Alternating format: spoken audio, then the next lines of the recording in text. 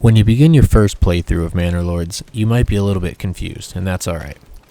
I'm here to give you a couple tips to get you started. The first part will be the initial setup of your town. The second part of this video will be additional tips once you're a little bit more comfortable and settled into your game.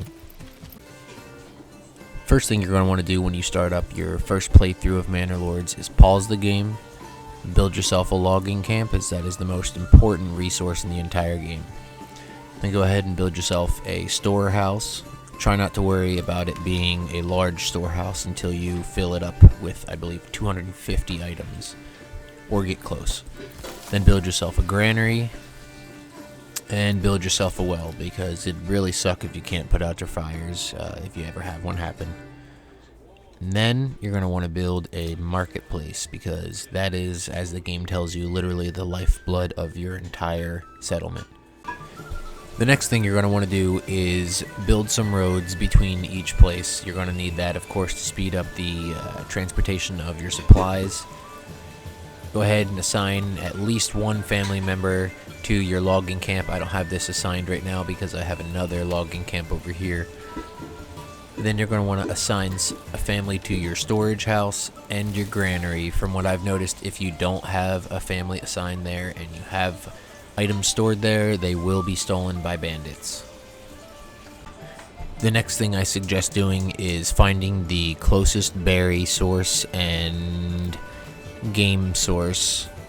If you ask me, those are the two most important resources in the entire game, as well as iron. And send families to the wild animals via a hunter's let me see what it's called, a hunting camp, and then go ahead and set up a forager hut for the berry deposit.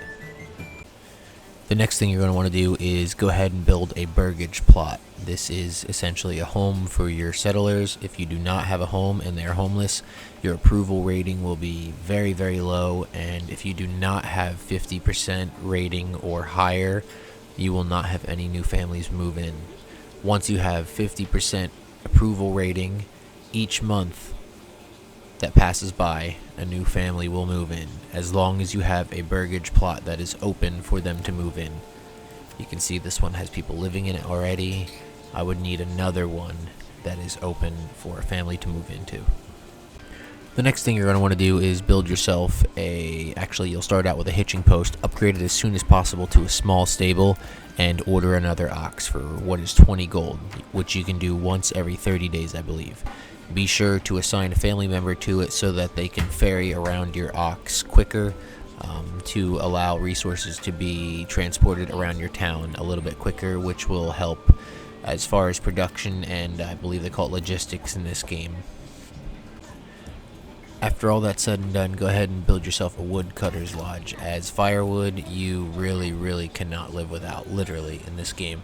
Pay attention to your firewood closely. If you run out of firewood, your people will basically not be able to live. I'm sure they'll freeze to death. And those are just a few tips to get you started. I suggest starting this way with each and every playthrough you have. If you'd like, go ahead and settle in the game a little bit, play around with some things. Come back to this video and I'm going to have a couple more tips for you once you get a little bit more familiar. If you're trying to claim another territory, one good way of doing this is through influence. You'll need 1,000 influence to claim a region. And one quick way of gaining a little bit of influence is to build yourself a church, upgrade it as much as you can, build yourself a manor, which is under the administration tab. Once you've got the manor up, go ahead into the taxes tab, and go ahead and set a tithe of at least 10%. At least that's what I suggest. Right off the bat, that'll give you 250 influence, as once you build a manor, you automatically get 250 influence. That'll get you about halfway there to being able to claim at least one region. Another tip is to make sure you do not overlog an area. If you do, your workers will have to go further distances for timber, adding precious time to your gathering. Consider making several logging camps to spread out the logging amongst your entire territory. If you can see here in the beginning of my settlement, this was my original logging camp. After a while, all the trees in the surrounding area began to fade away, and it ended up affecting this berry deposit here. Eventually what I did was build another logging camp over here and shifted all the workers over to here. This was trees all around here and all on this side. Once this becomes a little bit more depleted than it is now, I will shut this down, move over to here, fill this up with workers, unpause it, whatever you need to do, and then they will log this area.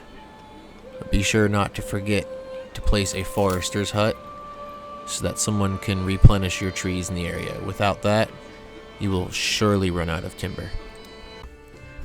Another tip I have for you guys is to build a chicken coop in your Burgage Plots. It is a passive yield of eggs. It's only 25 coins to start, and it actually adds one more type of food to your food stall.